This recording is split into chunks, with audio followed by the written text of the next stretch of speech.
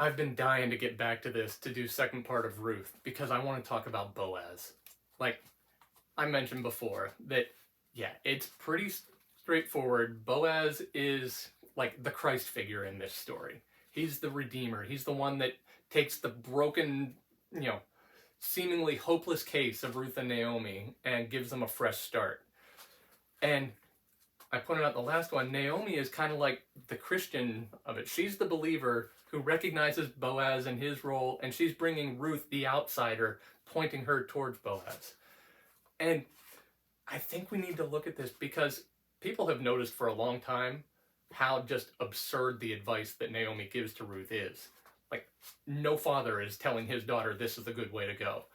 That it's, all right, you're gonna get all done up, get all prettied up, and he and his buddies are having a party, and let them party and have a good old time, and then when he's had plenty to drink and goes and climbs into bed, you just go snuggle up under the blankets with him, and when he sees you, just say, hey, tell me what you want to do.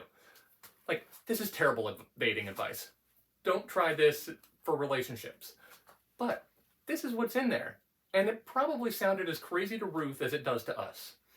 Like, nothing in this story indicates that Ruth was, rolling like that. But this was the advice that Naomi gave.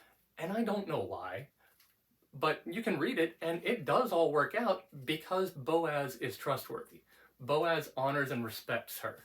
And he's, protecting her reputation. He even makes sure that nobody knows that she was there, and he doesn't do anything with her, and he won't even do anything until it's all right.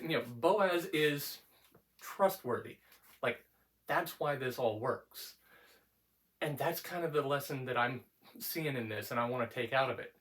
Because Boaz represents Jesus, Naomi represents the Christian, Ruth represents the outsider with the shaky past. Because Ruth can't do anything to change who she is. She can't clean herself up before she comes to Boaz. She can't not be a Moabite.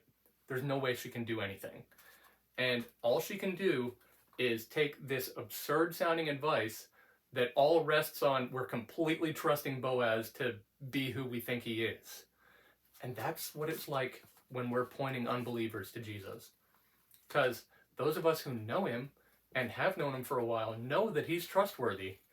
But to the outsider, it's like, you're telling me to take all of everything that I'm, more and more starting to realize how jacked up I really am, and all of my brokenness and my hang-ups and addictions and, all my background and the terrible things that I've done in my life, and you want me to come to this, holy, perfect God and assume that that's going to work out.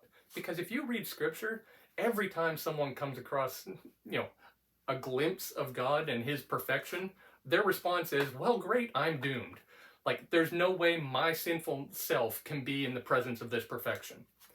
And yet, that's exactly what we're trying to tell people to do. Like, you don't have to just stay within the Bible. You can read hundreds of these stories throughout church history.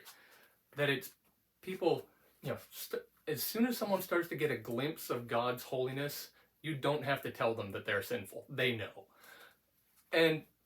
But then it's right then that we're saying, all right, now come on in. And that sounds insane. And I don't think we realize it. Like, when we've been in the Christian world, when you've followed Jesus for a long time, you forget how crazy that is, how crazy it feels, for the first time.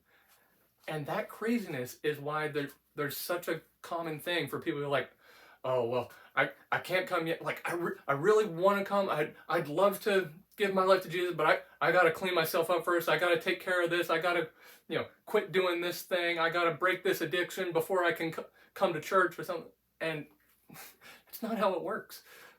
Just like Ruth could never stop being a Moabite, she couldn't make herself deserve Boaz. And none of us ever can make ourselves deserve Jesus. It's not going to work that way.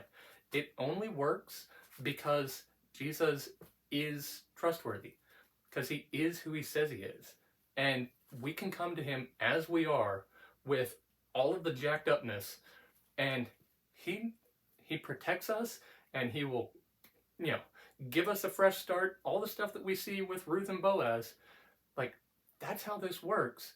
But it doesn't work if you're waiting to try to make it make sense. It's not going to make sense. You just go and you trust. That's why we call it faith.